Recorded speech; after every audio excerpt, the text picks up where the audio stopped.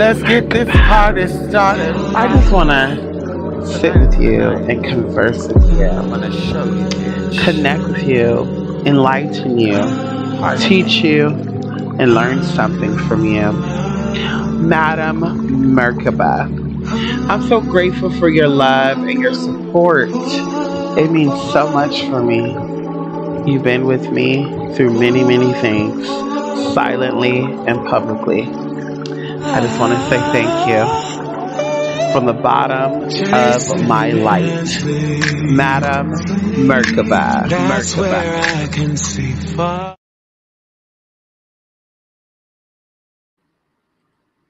Well, tonight is a very interesting night. Y'all know me. I call myself the queen of castigations. I love correcting and educating those who need an education or those who want, because need makes it seem like I'm bossing somebody around. Anywho, so I'm only gonna be here for a little bit because I had a very long day today, and I'm gonna relax myself. So of course we want to start off by saying shout out to my supporters, my contributors, gifters, uh, you know, energy senders, whoever, whatever, however you are. Okay, you're definitely appreciated. Um, so either way, tonight is a very simple, direct video. I actually received a response on a video I did a couple of, I want to say 2 or 3 years ago. Let me see if I can pull this because y'all know I'm that girl.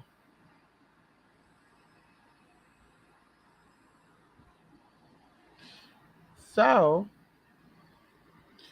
the video was actually done 3 years ago. And I got a response a day ago from someone by the name of Michael Cook. And of course, I'm not going to go into that. I'm not going to, read him down because this could be a real person who genuinely don't know. And so I'm going to educate. And of course, I'm sure this can help someone along the way. So we do have a class on San la Muerte, as I said before. Okay, and we're going to go into why I called that class San la Muerte. And I'm only talking about one, which is actually santisima. But in the class, we kind of go over exactly what this energy is. So when I'm explaining to people how spirit operate, I'm giving it to you from a spiritual perspective. Other people out there who teach spirituality, I can't tell you their process outside of what I've observed. And I see it as a doctor. No, no, no. I'm seeing it as, yes, I'm seeing it as a podiatrist trying to explain to a patient how an internal medicine doctor operates. And we would say a podiatrist explaining to a customer or a client or a consumer patient whatever about how a nose ear and doctor specialist work. Yes, they're both doctors, but once again, this doctor is giving you his opinion and the other from this perspective, and he doesn't know how the specialists operate. That's why they're specialists. So the same thing with how these spiritualists operate. I see them trying to explain to you guys the spiritual process of things from the physical perspective, and that's impossible. So what I've learned to do, going way back, honey, okay, going way back, instead of me, cutting school and, going to house parties and shit, honey, I was educating myself on spirit. Okay, hello. Um, so I learned that you have to talk to spirit from a spiritual place. Just like you have to talk with layman people from the layman's place. You have to deal with, when in Rome, you do what the Romans do. And so going into spirit, given my background, okay, Santissima was actually given to me as she is with many people who take on this saint. You don't just wake up one day with any of these saints, by the way, or deities. You don't just wake up one day and say, "Hey, I feel connected to this deity. Let me do work with them." These these deities appear to you because you connect with that energy somehow, some way. So either way, this energy was gifted to me. Okay. As you know, okay, if you don't know now, you're going to know. I was very much into gangsters and people who lived a very thuggish, buggish, bonish type of life years ago. In my mind, I thought that was the most masculine type of energy. So I needed someone who was about that life. But surely did I find out that it's a different type of life. Anyway, so I was gifted, okay, santisima, and how she would protect me for me being trans and, all this other good stuff. And so I got to know santisima. Okay. Yes, girl, we're going to have to change it into a French dialect, honey, because she got introduced to the Caribbeans, honey. So we got to bring it into some, patois Creole type of tea, honey. Santisima. So either way, I wanted to get to know Santisima, San La Muerte, okay, Santa Manta, okay. I got to know this energy personally. I got to meet this energy in a spiritual place. And in that process, a lot of things were revealed to me. Okay. Even I told you guys a couple years ago, we went to a festival celebrating Santisima, okay, or we're gonna say Santa Manta, okay. But anyway, so either way, I learned that there was two energies, and we know that spirit does not have a gender. We know that spirit has a vibration because feminine energy operates higher than masculine energy. That's been a known fact. Scientists have been able to measure that. So there is a different in frequency, but someone who has a, let's go into layman's terms, someone who has a penis could operate at a high frequency, a feminine energy frequency, and someone with a vagina can operate at a lower frequency, a masculine frequency. So either way, I found out that Santisima, okay, Santa Muerte actually had a husband. And I got to know the history behind where she even came from, how she even got here, who was she connected to. And I won't go into that because, like I said, we got a class on that. But going into the comment that was made and made want to do what made me want to do this video, where Michael Cook said, um, and I'm gonna quote, Michael Cook said, Santa Muerte is female from Mexico. San La Muerte is male from Paraguay. And once again, I took that as a man trying to interpret what a spiritual conversation was being had. A man dealing from a physical perspective, trying to decode what we were getting at spiritually. And like I said, in this class, we explained why I call it San La Muerte. Okay. Going into a group. There's a group out there, okay, that breaks all that shit down. But either way. So, two things, once again, that I'm going to educate Michael Cooks on in this video, and many people who's interested who don't want to do their own research. I'm going to give you my perspective based off of my personal experience with dealing with this deity or these deities, okay, from a spiritual place. So, of course, there's many avatars of Santa Muerte and San La Muerte. They were first introduced into the Americas, okay? And we're going to say Mexico is a part of America. We're going to say it's Central America, okay? South America, Central America, North America. Okay, it's a part of North America, Central America, and other Americas, okay?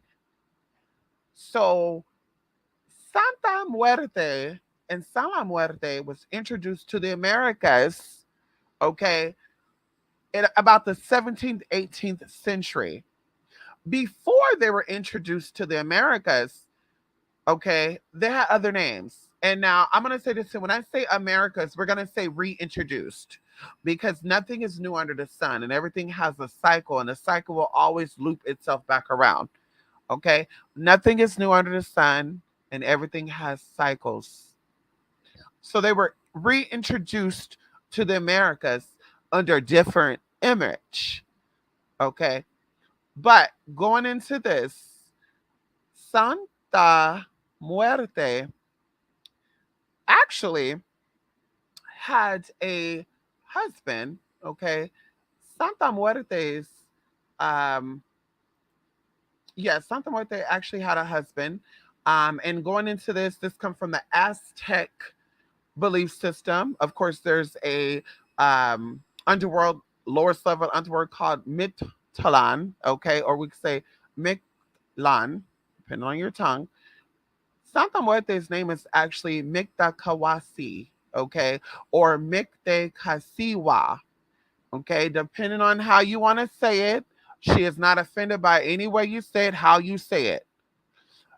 Her husband, okay, she's the lady of the dead. Her husband's name is Mictlantecutli, okay? And this is the Lord of Mictlan, okay? According to the Aztec mythology, okay, these are deities over the dead, okay? Mictlan, okay, Tehutli is actually the king of this, and he is the ruler of the lowest and northernmost section of the underworld. Now, of course, we go into how he's connected to Hades. Of course, we go into how he's connected to a whole bunch of deities. We can even go back into the Kubera. I mean, we could go deep into this. But he is once one of the principal gods of the Aztecs and is the most prominent of several gods and goddesses of death in the underworld. Now, there are many gods and goddesses of the underworld, even going into the fact that Santa Muerte, okay, Santisima, Santa Manta has multiple names. And we talk about this in the damn class.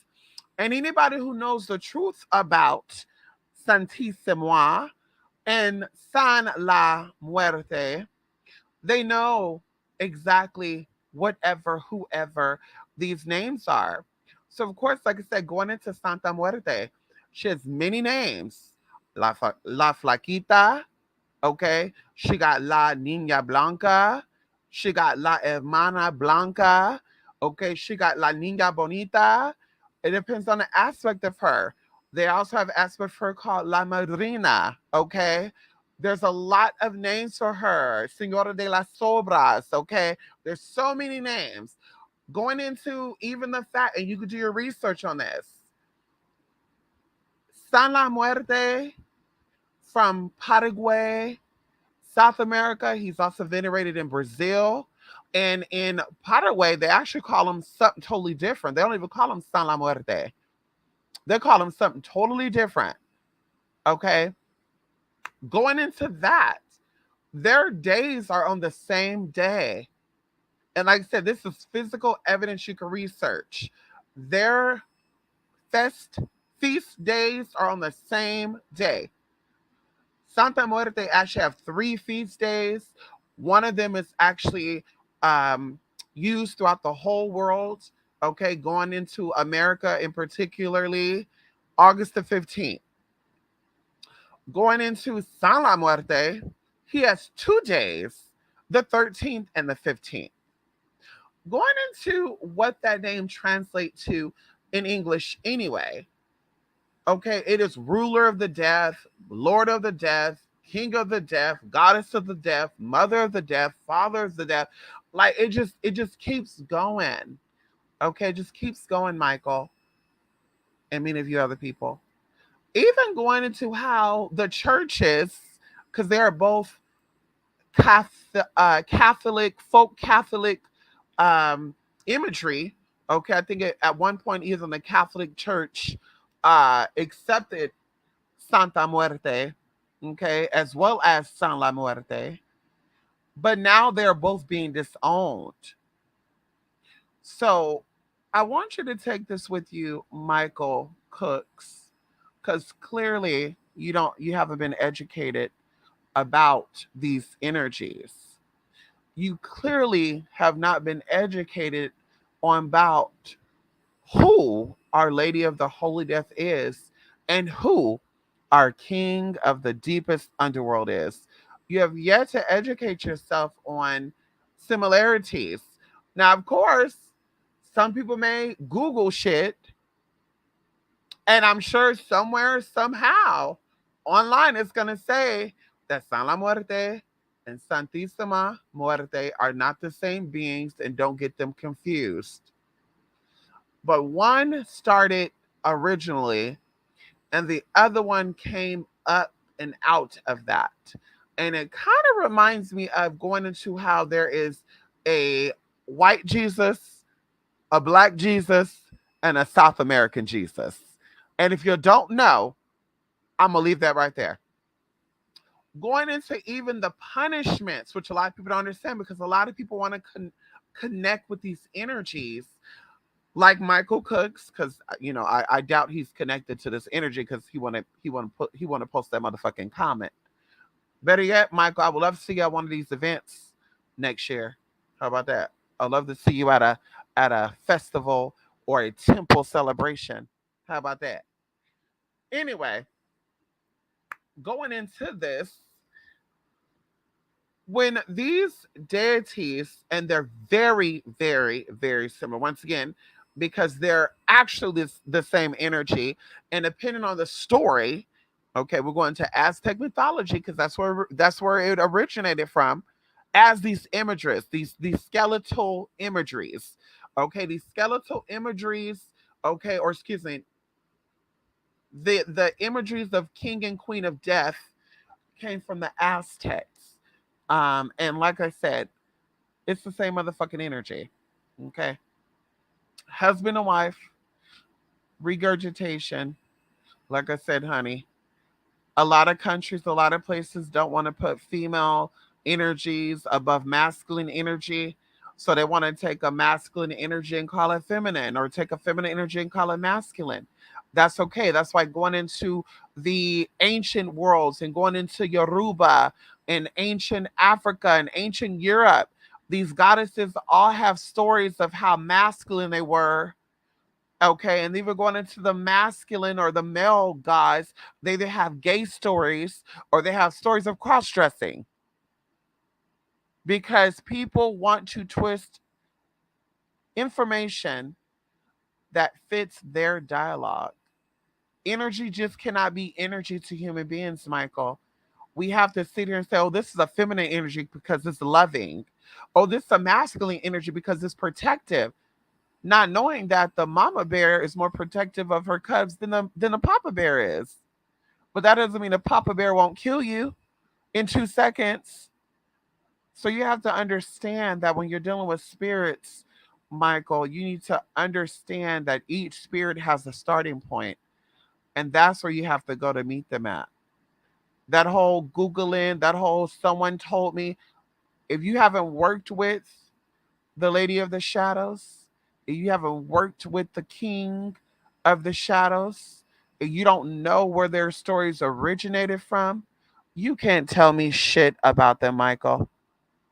Not only am I a devotee and have been a devotee for over 20 years,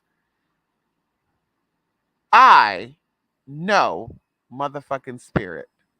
You can play those games with other non South American individuals and non Mexican individuals.